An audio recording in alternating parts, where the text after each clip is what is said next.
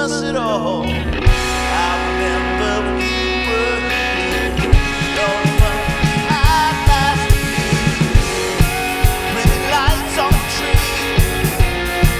Oh, I'm watching them shine. You should be here with me. Baby, please come home.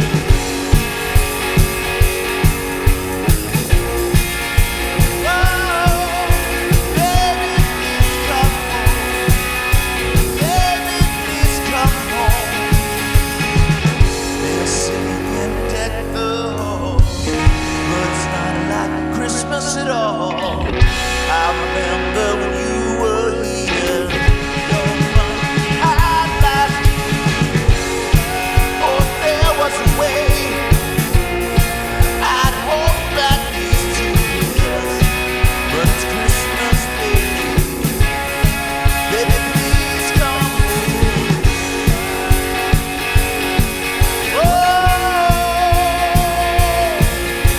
Baby, please come home. Baby, please come home. Baby, please come home. Baby, please come home. Baby, please come home.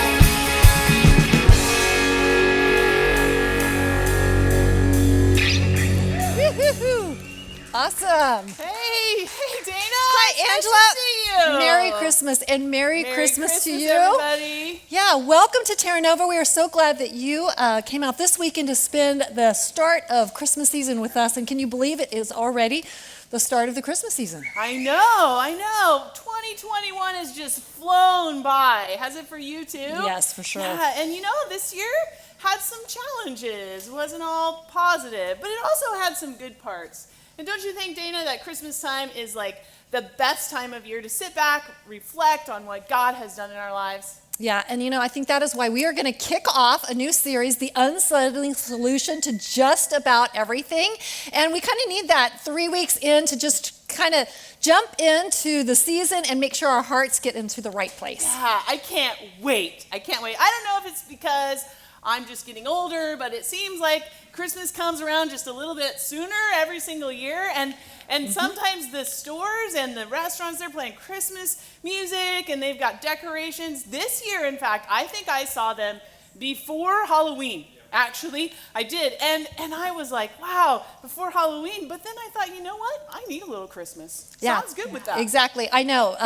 Going into stores, seeing lights way before Thanksgiving. But I think I'm like you. I was really okay with it because I don't know. I think we all have this anticipation that we are looking forward to something, some kind of hope, something this season. Yeah, that's right. In fact, our family, we've dusted off our Christmas sweaters. Some people might say they're ugly. I'm not sure about that. But I have to say, ugly Christmas sweaters just wouldn't be Christmas without it, right? Yeah, exactly. And movies, we all love this time of the season because it's time for movies, right?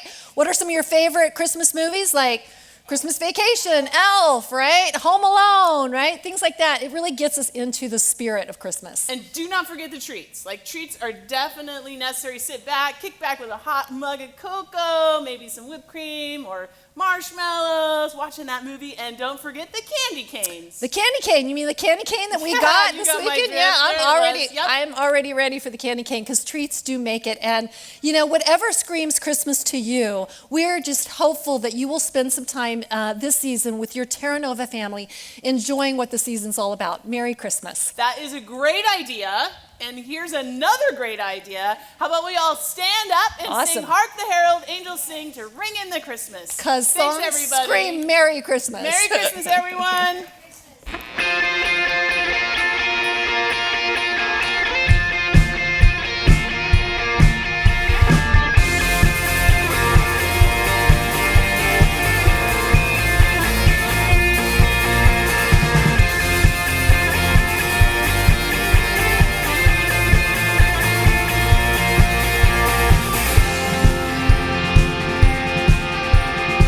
Up ahead, will angels sing? Glory to the newborn King. Peace on earth and mercy mild. God and sin is reconciled. Joyful all ye nations rise.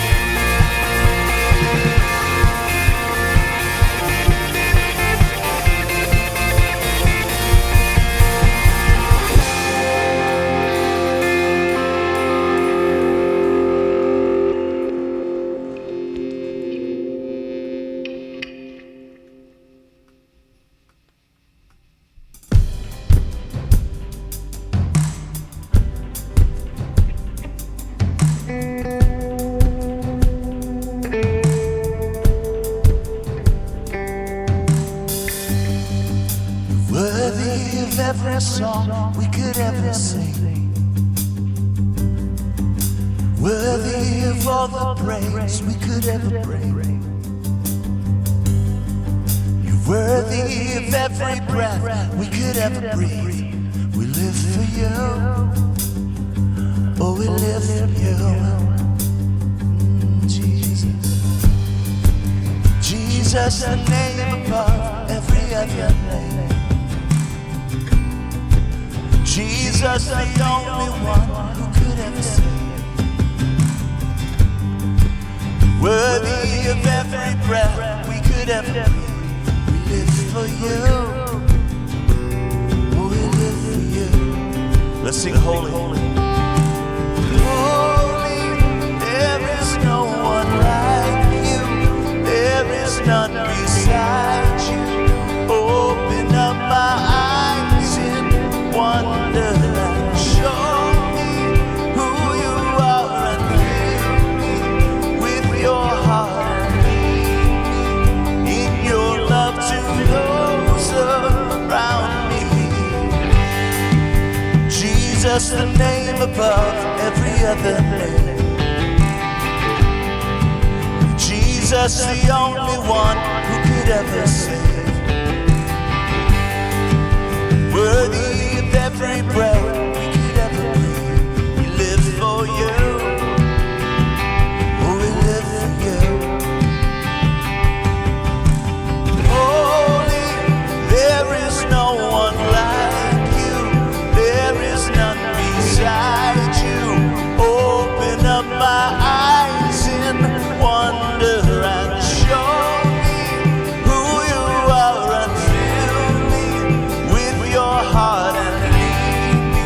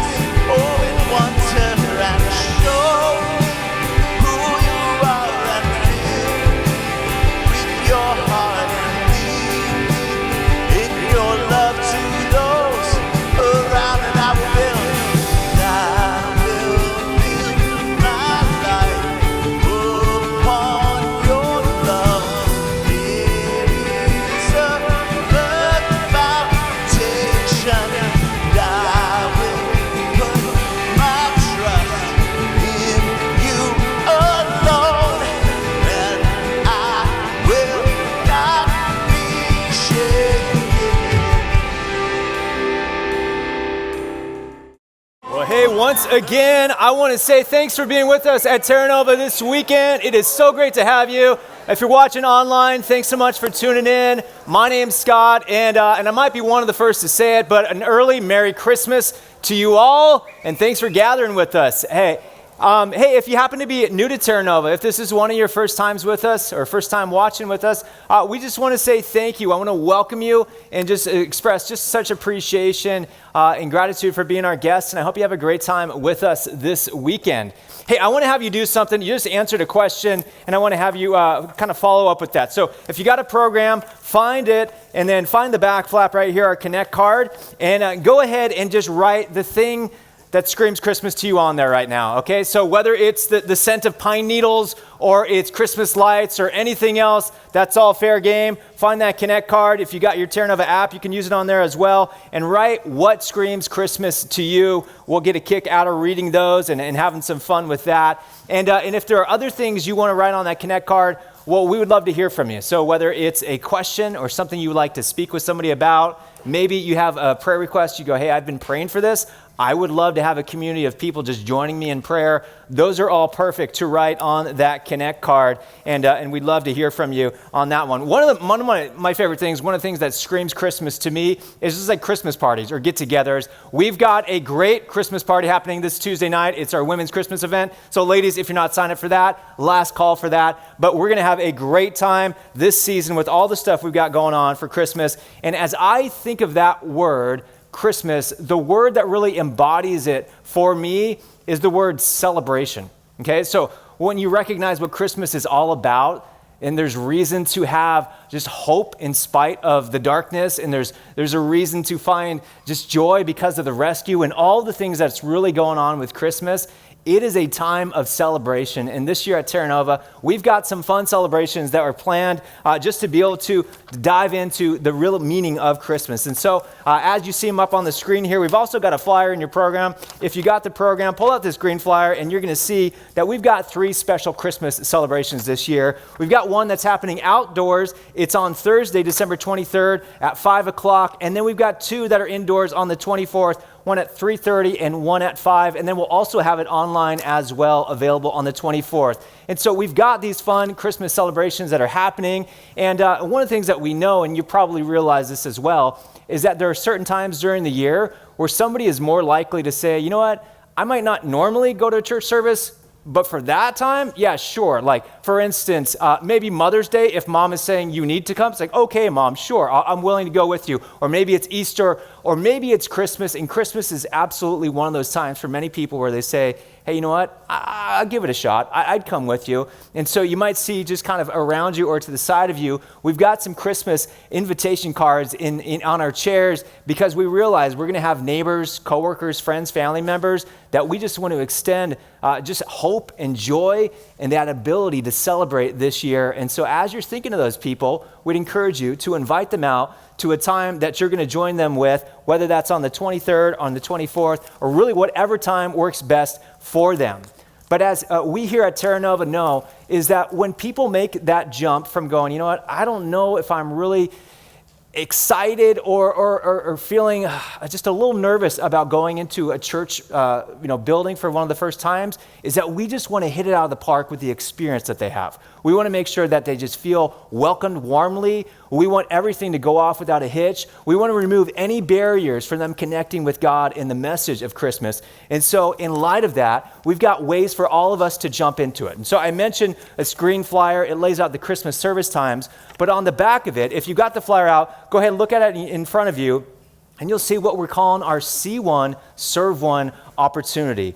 And so we know that in order just to be the church that we want to be and to just celebrate Christmas with the people that are in our lives, we got to create a great experience for them. And so we're laying out a number of different ways that we can do that. And so if you're looking at this flyer right now, you're going to see a bunch of different ways on there, whether it's going, you know what, the way that I'm going to serve and be a part of the Christmas celebration is inviting people, or it's praying leading up to Christmas, or maybe it's coming on what we call Super Serve Tuesday, which is on Tuesday the 21st, where we're going to have dozens of us that come to our facility right here and pray over the services and get the chairs ready and the programs and everything taken care of for those services. Or maybe you want to jump in and be a part of the greeters team with guest services, or serving in a kid's classroom, there are some of you who say, I'm not going to do that every single week of the year, and you don't have to, but on Christmas, you're like, sure, it's Christmas. I can serve kids, I can love kids, and you absolutely can. So what I would love to encourage you to do is to spend some time looking at this green flyer and figure out how we collectively together,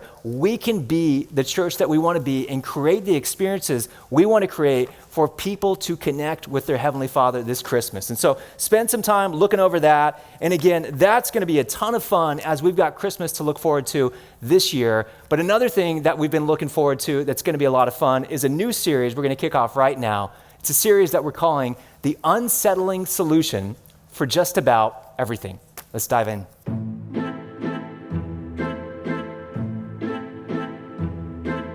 Christmas is coming, and they're coming too, bringing some gifts and some baggage for you.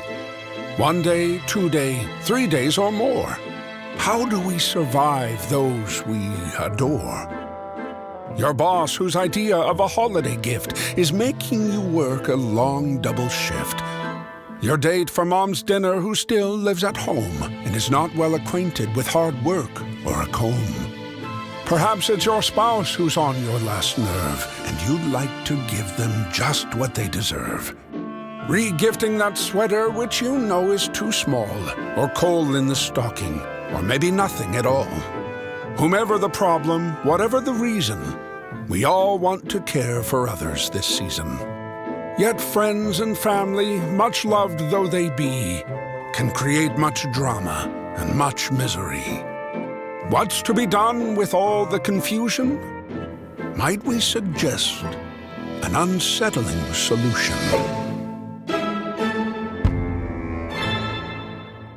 So here's something that I know is going to sound totally naive, and something you might expect a person like me to say or think, but I don't know why everybody wouldn't want Christianity to be true. I mean, maybe not the version you grew up with or thought you grew up with, maybe not the version you were exposed to as a kid or a teenager or in your college years, maybe not the version of Christianity you've seen in the news or on TV, maybe not what we so-called Christians have sometimes made of it over the centuries, but Jesus' original version, Jesus' irresistible version, I honestly don't know why everybody wouldn't want it to be true. And the thing is, and I think you know this, there's a difference between I don't believe it's true, I don't believe it, I don't believe the story, I don't believe it's historically reliable, I've got questions, I've got issues that I need to work through, and I understand that because I'm wired up very skeptically myself. I don't look at anything at face value. I always have to dig deeper, and sometimes we need to do that. We need to process evidence. We need to get answers to difficult questions. But there's a difference between I don't believe it's true and I don't want it to be true.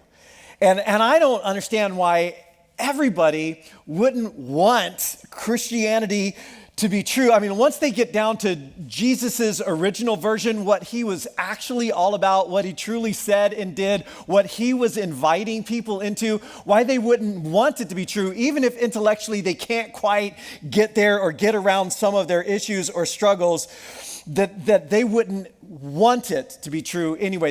Maybe you've heard of this guy named Blaise Pascal. You've probably heard of him, Pascal's Wager, if nothing else. Famous for a number of things. 17th century French philosopher, physicist, theologian, mathematician. And he said something that I think is so profound. He said this, he said, people almost invariably arrive at their beliefs not on the basis of proof. And this right here, it's going to make a lot of sense of maybe some conversations or conflicts that you've had with your teenager or with your mom or your dad or your friends or your work group. And it might not even religious conflicts, but it could be anything. And you're like trying to give evidence or trying to give proof, and it doesn't seem to matter. He says people invariably arrive at their beliefs not on the basis of proof, but on the basis of what they find attractive. Now that's insightful, isn't it? In other words, when something's attractive to us, we go looking for reasons to support it. And that's why I've always thought that probably the most honest answer to the question, why did you, is I wanted to. Why'd you do that? Wanted to. Why didn't you? Didn't want to. Why did you buy that? Oh, wanted it, came up with a bunch of reasons why it made sense, got it. That's kind of what we do. We want something, we're attracted to something, and then we go looking for reasons to give a rational response because as grown people, saying we want to isn't enough. Now, don't get me wrong. To be clear, I don't think Pascal is saying that because something is attractive, it is therefore true. I'm certainly not saying that because something's attractive, it must be true. And my point is not because Christianity is attractive, it is therefore true. My point is just this, that Christianity in its original form was so incredibly attractive that I don't understand why people in our world, once they're face to face with the real deal, why they wouldn't at least want it to be true, even if intellectually they can't quite get themselves there, because Jesus was very, very attractive. People were attracted to Jesus. People who were nothing like Jesus really liked him. And over time, people were very attracted to Jesus' followers. The Jesus movement in the early centuries was so incredibly attractive. It was so attractive that hundreds of thousands of people were joining the movement, even though for many of them, it cost them everything, and it would eventually become the dominant philosophical and religious worldview of the Roman Empire, even while it was being actively resisted and oppressed. And though there are lots of studies, like high-level historical research into those early centuries and how unique and how transformative and how shocking the Jesus movement really was, I think what makes the original version so attractive is summarized in a single word. And it's a word that makes me want it to be true. And perhaps it was a word that was not part of the experience for you. And that word is grace. Grace. Grace is, you know what grace is? Grace is what we want most when our guilt is exposed. It's like you come home and your parents are sitting at the dining room table and they've got all your stuff out on the table, and there's no story, there's no excuses, there's no spin. It was like, well, that's my sister's, it's not really mine. They found it in your room. It was in your bottom drawer, it was under your bed, it's yours, and you're exposed in that moment. I mean, you are caught. And in that moment, what you want most and what you crave most, though you probably didn't think of this as like a junior high or a high schooler, you probably wouldn't have used this word, but what you really want most is grace. You crave in that moment grace. Or you come home late and your wife is waiting up for you. You come home late and your husband is waiting up for you. You come home late and your kids are waiting up for you. Or your boss walks into your office or calls you into his office and lays everything out on the table, and boom, like that, like how you've been behaving is exposed. And all of the stories and the spin and the justifications you told yourself in the dark that made so much sense of what you were doing, I mean, there's no point even saying that stuff in the light. I mean, everything has come out of the light, and what you want most in that moment, though you might not have used those words, you might not have thought of it in these terms, you crave grace. You want someone to extend to you something that you do not deserve. Grace is what we want most when our guilt is exposed, but then grace is what we withhold most or want to withhold most when others' guilt is exposed. What we're hesitant to extend to others when we're confronted with their guilt, especially when they have hurt us or someone we love. Like, no, you didn't. No. And see, there's the tension. That when we're on the receiving end of grace, grace is wonderfully refreshing. And when it is required of us, grace is terribly unsettling. It is disturbing. It is frustrating. It is unfair. It is, as we will see over these next few weeks, and as you think about your relationships, like the good ones and the bad ones, the ones you're trying to repair or the ones who are trying to repair a relationship with you, as you think about what's going on in our world right now, grace really is the unsettling solution for just about everything. Now, because grace is one of those words that gets used a lot, especially in religious settings without much explanation or definition, let's begin by defining what we're actually talking about. Grace is undeserved, unearned, unearnable favor and relationship. Grace is undeserved, unearned, unearnable favor and relationship. Grace is someone leaning into you when they really should be leaning away. Grace is someone acting for you and on your behalf and in your best interest when honestly, if the tables were turned, you would be acting against them. Grace is someone you know you should go to and make amends because you know what you said and you know what you did and you know you need to try to make up. And instead, they take the initiative and they come to you to make the relationship right. If justice is getting exactly what we deserve, exactly what we've got coming to us, and mercy is getting a break from what we've got coming to us, grace is getting nothing that we really deserved and everything that we didn't. It's getting far, far better than we deserved. Grace, by definition, is undeserved. You can no more deserve grace than you can plan your own surprise party. Because isn't this true? Planning voids the surprise. You can either plan a party or be surprised by it, but you can't have both. Planning voids the surprise, and deserving voids the grace. The moment that you think you deserve it, the moment you think you have earned it, it is in that moment no longer grace. You can ask for it, you can beg for it, you can plead for it, you can pray for it, you can imagine a world in which you just might get grace, but the moment you think you deserve it and they owe it to you, you can no longer experience grace. And that's the thing about grace. The thing about grace is we can't recognize or receive grace for what it truly is until we're convinced that we need it, that there is now somehow like this imbalance in the relationship. The scales are tipped against us because of things that we said or did or how we behave. And maybe it was a misunderstanding or a mistake. And when it occurs to you, you're like, oh my goodness, that is going to hurt this relationship. Oh, I can't believe I said that or did that. Or maybe it wasn't a mistake. Maybe it was an on purpose. Like you knew what you were doing. You knew what you were saying and you did and said it anyway. Then you did it and said it again and did and said it again. And there is an imbalance in the relationship and we know that and we are on the negative side of it. And you can't recognize or truly receive grace for what it is until you get to that point. And if you can't realize that the relationship is like that, you will never be able to receive grace as long as you're defending yourself. But once you need it, you can't recognize and receive grace until we're convinced that we need it and that we don't deserve it. That we don't deserve it. In other words, we can only receive and recognize and truly experience grace for what it is in the context of a relationship, because grace is a relationship word. Grace is a relational concept in the context of a relationship where there is an imbalance and we know we need it and we do not deserve it. And this is what makes Christianity so incredibly unique and so attractive. What the world had actually never seen before and still sees all too rarely to this day. And this is why I think everybody should want it to be true, even if they struggle to believe it is actually true. And this is why God had to come to us.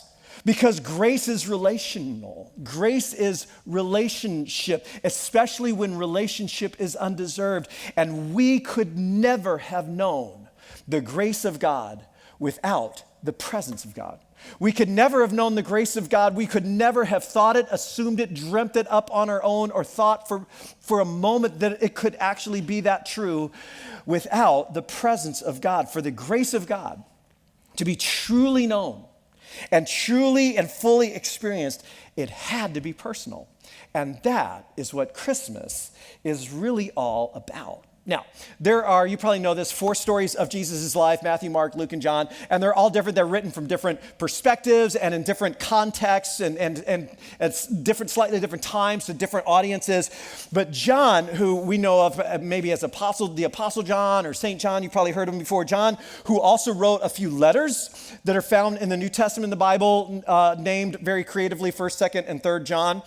John, who wrote also famously or maybe infamously the book of Revelation, that same John who lived very closely with Jesus while he walked this earth.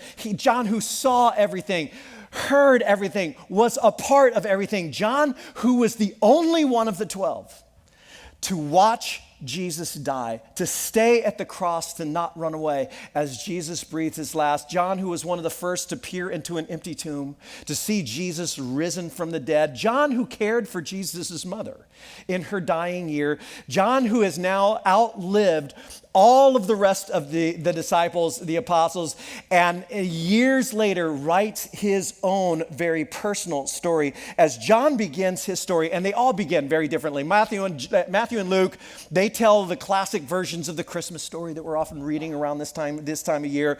Mark jumps right into the action of Jesus' adult life. But John takes this big step back as he's going to introduce us to this Jesus who he came to know, this very personal story for him. And he sets the Jesus story in a greater cosmic context, if you will. And he begins with the language of Genesis, the first document in the Hebrew Scriptures, the first document in the Bible, the story of the beginnings of everything. And here's how John opens his story of Jesus. In the beginning was the Word, and the Word was with God, and the Word was God. Kind of like your own words are distinct from you, and yet they are very much you and a part of you. Now, in the communities, which they would have called them churches or ecclesias, where they were originally hearing or reading this story out loud together and processing it, there would have been Jewish background Jesus followers, and there would have been Greek background Jesus followers. And the Jewish background Christians, they would have recognized these words and these allusions to that Genesis story, that story of the beginnings of God speaking. God speaking, and with just a word, the elements which he created, hear and obey, light, sky, land, vegetation, sun, moon, powerful, creative words. And then the Greek background followers of Jesus, in fact, the Jewish background followers of Jesus probably would have been very familiar with this as well in these very Greek cities that are reading and processing this. They would have recognized an allusion here to Greek philosophy. And in Greek philosophy, and John is writing in Greek, the word is actually the Greek word logos, from which we get the word logic. It's that same word. And in Greek philosophy, logos was like the rational ideal, the logical pattern or schema, if you will, that laid behind everything that we can see, the physical universe.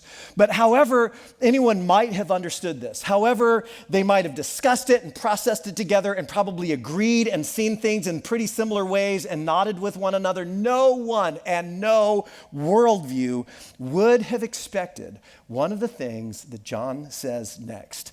The Word became flesh.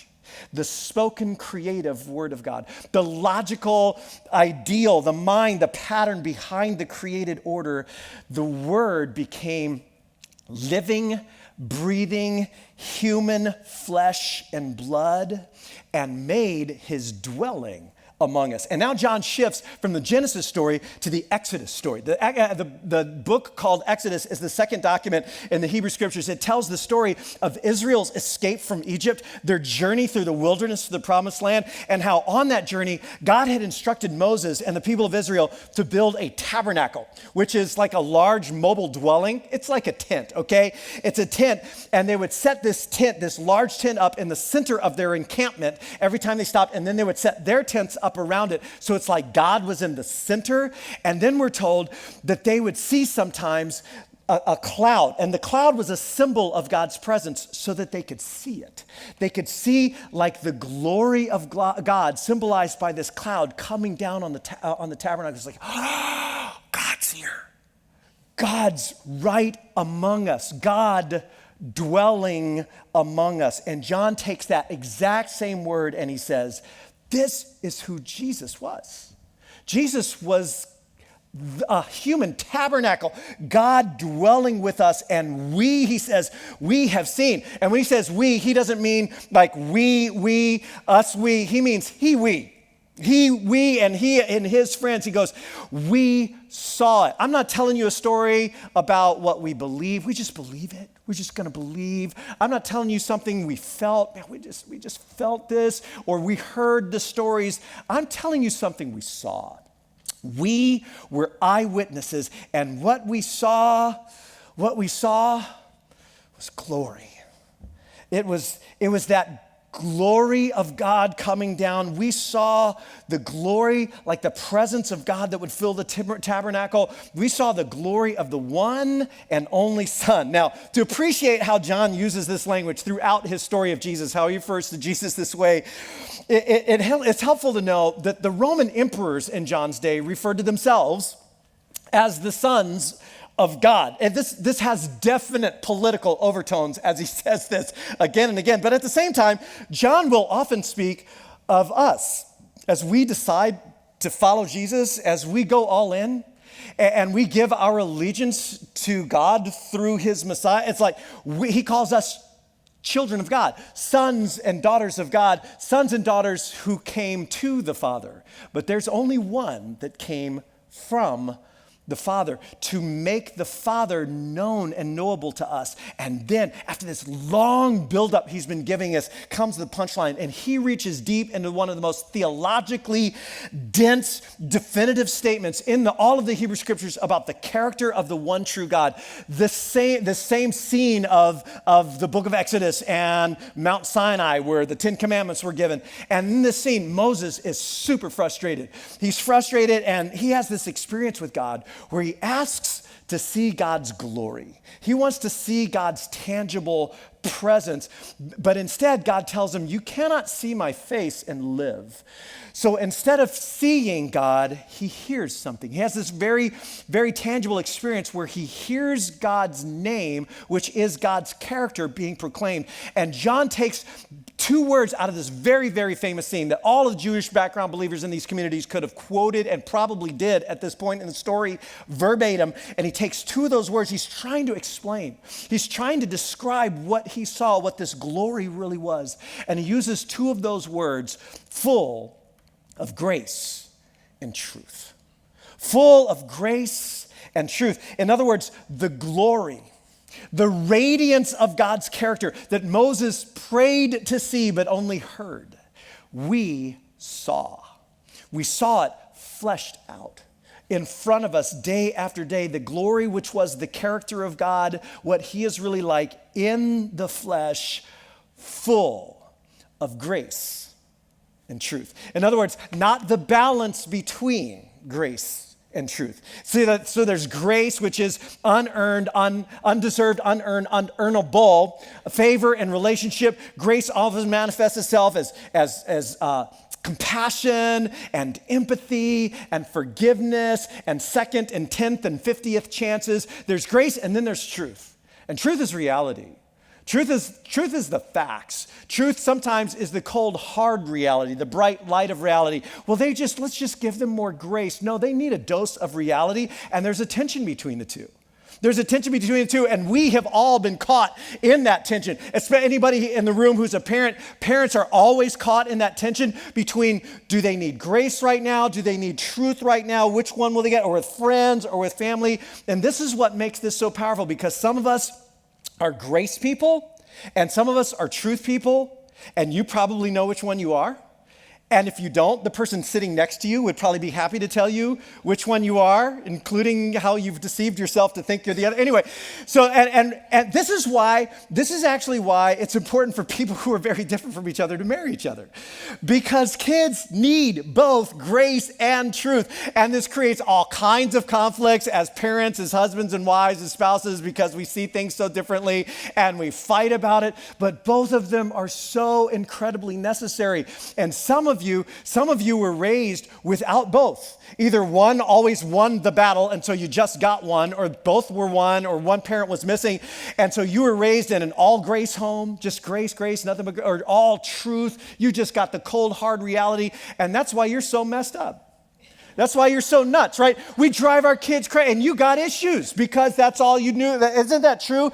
And this is what makes this so, so powerful, that Jesus was full of grace and full of truth, not the balance between, full of grace and truth. And this is so essential to understanding what Jesus was all about. It makes so much sense of some of those weird, just difficult, conflicting kinds of stories that we bump into as we're reading his story. Jesus brought a full dose of grace and a full dose of truth to everything. Jesus never watered down the truth, and he never turned down the grace. He brought reality with him. He talked about what was real. He talked about what was true. He called sin, sin. He called sinners, sinners. And then he loved them, embraced them, and ultimately died for them. Jesus was all grace and all truth all the time. And John saw this. He saw this. He saw it fleshed out in front of him every day. It was unsettling. John was there that awkward afternoon when their newly forming group approached a crossroads where there was a tax booth. And Jesus walks right up to the tax collector at the booth, and they all knew this guy. His name was Matthew, and many of them were from this area, and they hated this guy. They're like, oh, Matthew, I hate that guy. And Jesus walks right up to him and says, hey, Matthew, follow me. And John and the rest of them must have been like, okay, wait. What did he just say? Did he say, follow me, like, as in with us? Like, come, like, with us? But Jesus, he's a sinner. Like, he's an actual bad person. I know there are no bad people, they just do bad things, but he's a bad person. Like, he's a crook, he's a traitor, he's an opportunist. He has no moral compass. His family doesn't even invite him over for the holidays. Jesus, how can you say, just follow me? And Matthew says, and he must be feeling the vibe, right? But he's like, okay, where are we going? And Jesus says, well, I thought we'd go over to your house. And now the guys are completely gobsmacked because they knew that to go into somebody's house and sit down at a table and have a meal with them, that meant something in their world. That meant something. It kind of means something in our world, but it very much meant like relationship and acceptance. It meant, hey, our names will now be associated together in common conversations around the town. People will speak of us together, and they're like, Jesus, you haven't even asked him to change anything yet. You haven't asked him to repent. You haven't told him he's bad. You haven't required him to promise any changes. I mean, you're just inviting him to belong? Like, just like that, to be with us? I mean, this is an uncomfortable moment. And then it gets worse. Now, I don't know whose idea this was, but Matthew throws a party for all of his friends who are just like him, because they're the only kinds of people who actually come to a party that Matthew throws. And this to me is stunning. It's stunning because here's what I think we would think if we were Matthew, just meeting a guy like Jesus whose reputation we knew. He's a holy man, he's a rabbi, and we would think, well, you're not going to like my friends because my friends are nothing like you. And you are nothing like them, and you are not going to like them because we all tend to like people who are like us and people who like us, but not Jesus. So they're at the party, and Matthew's friends are being Matthew's friends because that's all they ever are. So they're being Matthew's friends at the party, and then there's Nathaniel, and Philip and Peter, and they're very uncomfortable, and they just got bad attitudes because they don't even want to be here, and Jesus is enjoying himself, which makes it worse because he seems to be having fun, and it's unsettling. It's the nature of grace when the morality police show up. The really good people come by.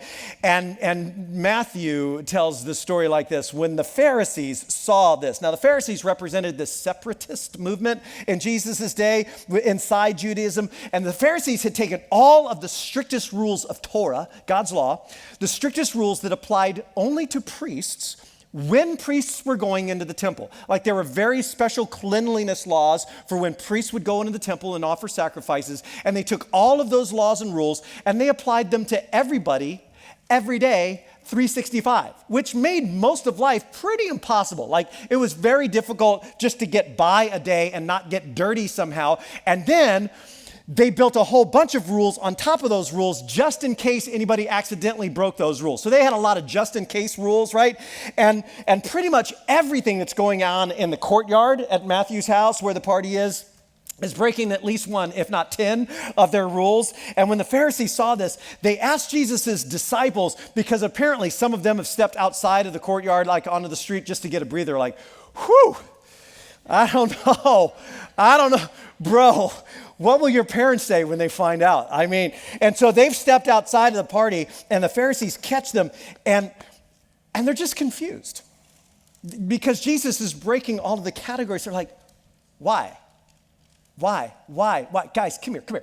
Why does your rabbi, your teacher, eat with tax collectors and sinners? Now, they must have asked this question loudly enough that Jesus and probably everybody else in the courtyard could overhear it. And so Jesus answers, probably just as loud so that they could hear it. In other words, this is not a whisper in your ear, go tell them this so they don't. So Jesus answers just as loud, and here's what Matthew says. On hearing this, Jesus said, hey, don't call Matthew and his friends sinners. That may hurt their feelings. They may raise your taxes. Right? Jesus steps into this awkward moment, and he makes an awkward situation even more awkward. It's this grace and truth thing that Jesus did all of the time. And think about it, he's invited Matthew to follow him.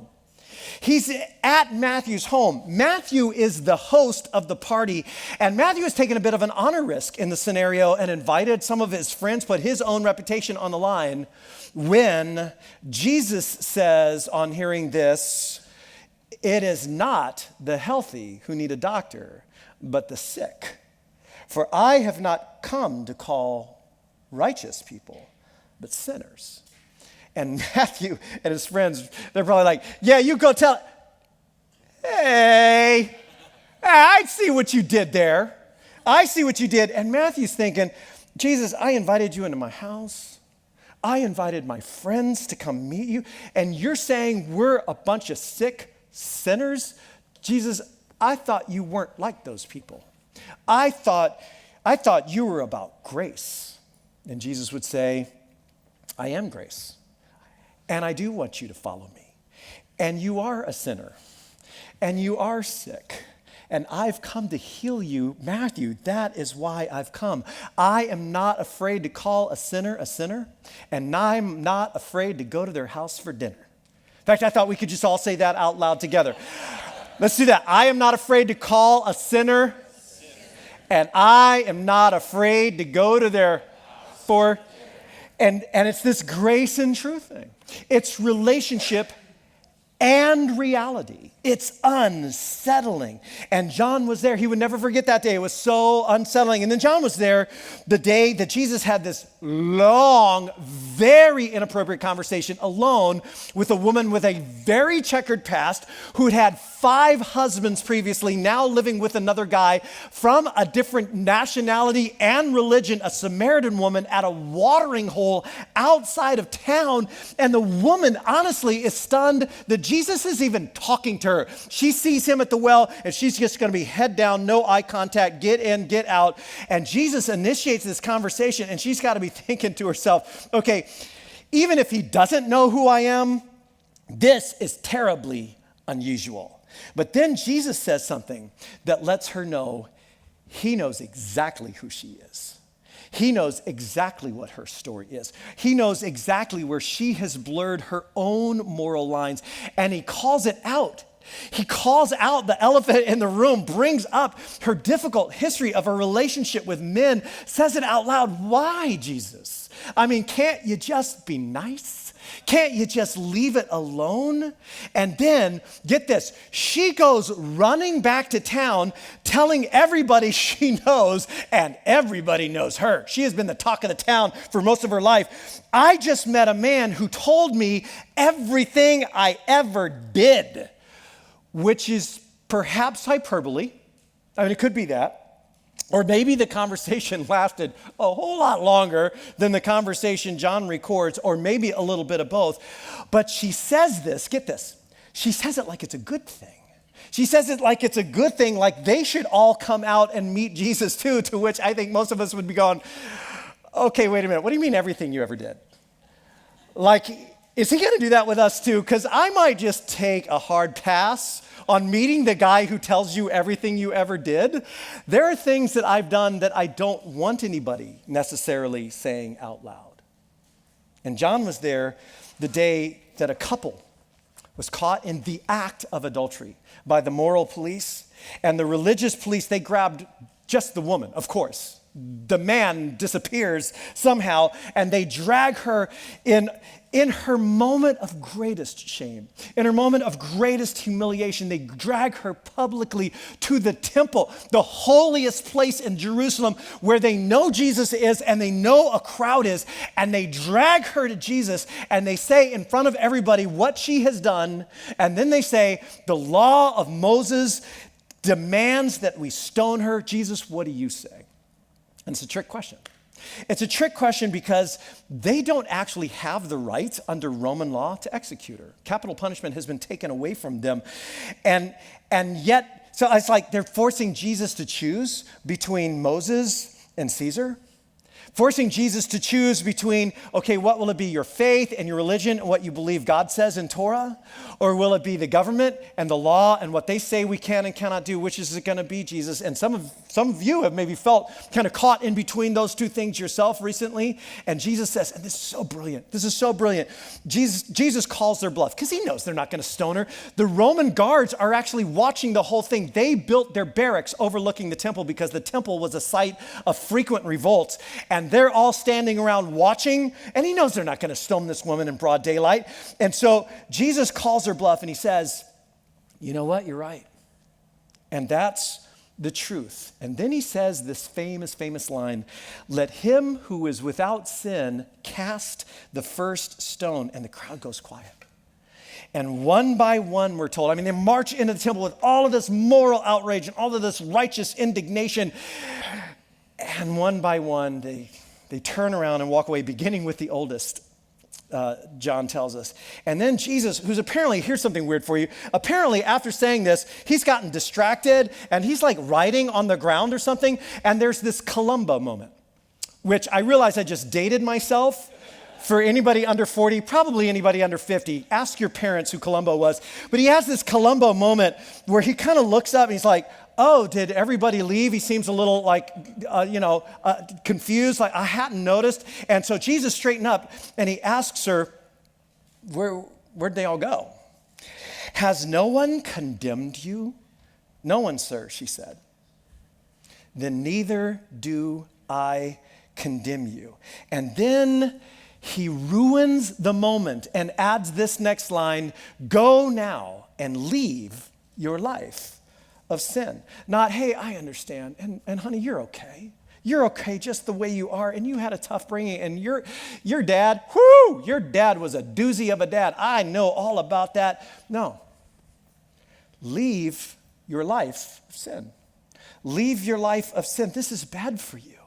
This is destructive to your very soul. This is not who you were created to be. Leave that. In other words, I don't condemn you. You are guilty. It's like, wait. So which one is it, Jesus? Come on. Is it you're guilty and I do condemn you, or you're not guilty and I don't condemn you? Which one is it? And Jesus is like, yeah, see, that's the way it used to be, or at least that's the way it seemed to be. That's the way we thought it was. But John is like, now we have seen glory. Now we have seen glory. We have seen the true colors of God dwelling with us, full of grace and truth. All grace, all truth, all the time. Now, if you're like me, and I hope you're not, but if you're like me, at times like this, you might have a little bit of pushback. And you might go, well, wait. So, come on, didn't Jesus even care about justice? Where's the justice in all of these stories? Didn't he even care about consequences? And the answer is this. Jesus knew better than anyone about justice and consequences. Jesus knew better than anyone that God's justice would crush us, that we are all sinners. And there is no way we will ever by ourselves pay God back. And Jesus knew better than anyone that the consequences were already crushing us, And so God's glory in human flesh, allowed it to crush him instead. And John was there that day too. In fact, he was the only one of the 12 watching Jesus die on the cross with two convicted criminals on either side, which is why if you've ever seen pictures, there are like 3 crosses, like what's up with the 3 crosses? It's because when Jesus was crucified, there were 2 other criminals being crucified with him, and we're told that people actually stood around watching. It's like, okay, first of all, who crucifies people? And then second, who stands around watching it? Watching and jeering and mocking. And in fact, one of the two criminals crucified on one of the sides of him joined in the mocking and started hurling insults at him, we're told. But the other criminal rebuked him and said, don't you fear God? I mean, seriously? You're about to meet him. Like, don't you fear God since you and I are under the same sentence? We are punished justly. This is justice. We are getting justice. We are getting exactly what our deeds deserve. But this man, and how did he even, we don't know how he knew Jesus or to what extent he had actually been exposed to Jesus before this moment, but somehow he knows something. This man has done nothing wrong. And this criminal knows. He knows if the future kingdom of God, where everything that is wrong gets made right in this world, if that is reserved for the good people, if that is reserved for the righteous people, he knows he's got no chance. He's got no chance. His only hope was for something he did not deserve, had not, could not ever earn, because his life was basically over. And in an act of extraordinary faith and desperation, to say this next line to a man who's being crucified by the Romans, he turns to Jesus and says, Jesus, remember me when you come into, think about this, your kingdom. Remember me. Because if you don't, I have no chance. I have no hope. I will be left outside. And Jesus answered him, truly, I tell you, today you will be with me in paradise. The glory of God in human flesh. Holiness with human hands offers a man who had done nothing good with his life and had nothing good to offer yet anymore. There's going to be no way he can earn this. There's no way he can change his karma. There's nothing he will have no opportunity to make amends, or I promise you I'll try better. All trying better is over. He says to him, today you will be with me in paradise. In other words, the same eternal hope that Stephen had. Stephen, who was the first to be killed for following Jesus, stoned in the temple grounds by the Pharisees. He would have the same eternal hope as Peter. Peter, who would lead the charge into the fray for decades, who would lead the Jesus movement and eventually be crucified upside down by Nero in Rome because he said he is not worthy to be crucified the same way Jesus was. Peter, he would get the same eternal hope as John himself. Why? Why? The answer is because, like life, grace is not fair. Grace is not fair. It's better than fair. It's unsettlingly, disturbingly better. And it doesn't stop there. It just keeps going. And so when Jesus was crucified, all but John deserted him. They all ran away. Peter denied publicly even knowing who Jesus was. And then, according to every available piece of historical evidence, Jesus rose from the dead. And these are not the kinds of stories that people would make up. He pursues each one of them. Get this. They offended. They betrayed. They failed, they fled, he pursued. They unfollowed, they unbelieved, he pursued them. And then he pursues this hothead Christian killer, infamous guy named Saul of Tarsus. With grace and truth, he becomes Paul the apostle, hair on fire, Jesus freak, telling the world about Jesus. And he pursued hundreds and then thousands and then millions and then billions of others. He pursued me in a drug rehab, and he pursues you here today. And this grace, it's not about ignoring human failure. It's not about excusing it or downplaying it. It is certainly not about forgetting human failure, forgetting anything that we've ever done. It's better than that. It's better. It knows all about the fallenness and the failure. It acknowledges it straight up. It tells the truth about everything I have ever done and everything you have ever done. And then it extends healing love and acceptance and relationship in spite of it. Or maybe we should say, actually, in light of it. And that's why I just don't know why everyone wouldn't want it to be true. If God truly is this way, why they wouldn't want it to be true, even if they're not sure that it is. See, the world we live in needs that. The world we live in needs grace. The people that we know, the people in our lives need grace. But you cannot give what you yourself have never received. You cannot give away what you yourself have never truly had. And that's why grace is always an invitation to you and to me, like Jesus' invitation to Matthew. Like, I know all about you. I know all about you. I'm not some forgetful grandpa that can't remember. Like, hey, I asked God to forgive me, and now he just doesn't remember anything I've ever done. It's better than that. He remembers all of it. He knows the entire story of your life, the good and the bad and the ugly, and he says, now follow me. Now follow me. You actually don't have to change a thing in order to follow me, but you need to know this. Following me will change everything.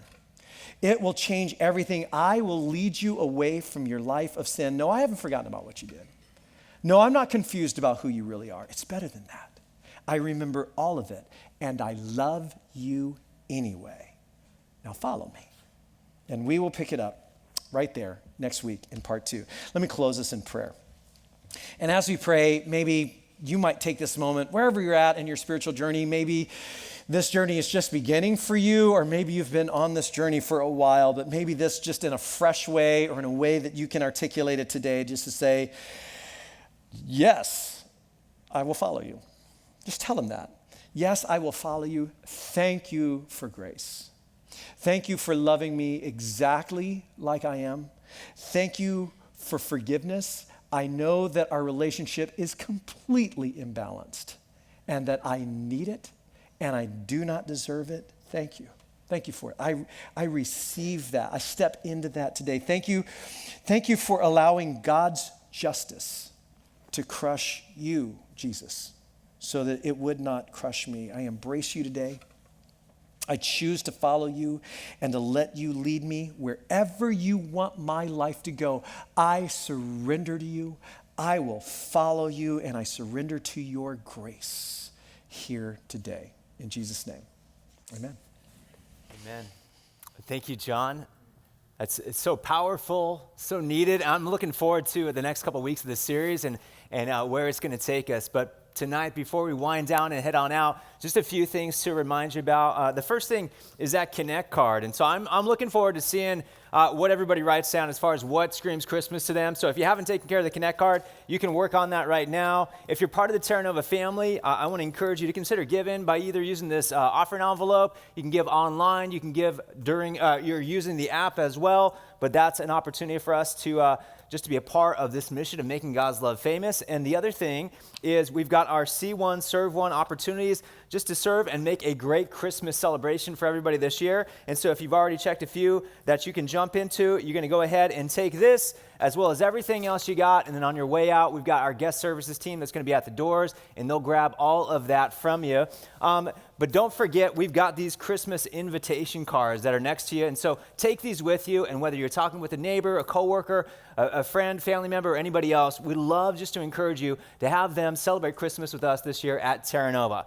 Hey, I want to invite you back next weekend for part 2 of this series, and hopefully you can come back again on Saturday night. On Saturday, we will be having a Sing a Song of Christmas, which is we're going to have some kids that are singing. We've got hot cocoa for us all as well, and then we've got photo ops, and so it's going to be a ton of fun. So hopefully we'll see you back for that next Saturday night, if not just for part 2 of the series. But thanks so much for being with us, and you guys have a great week. God bless.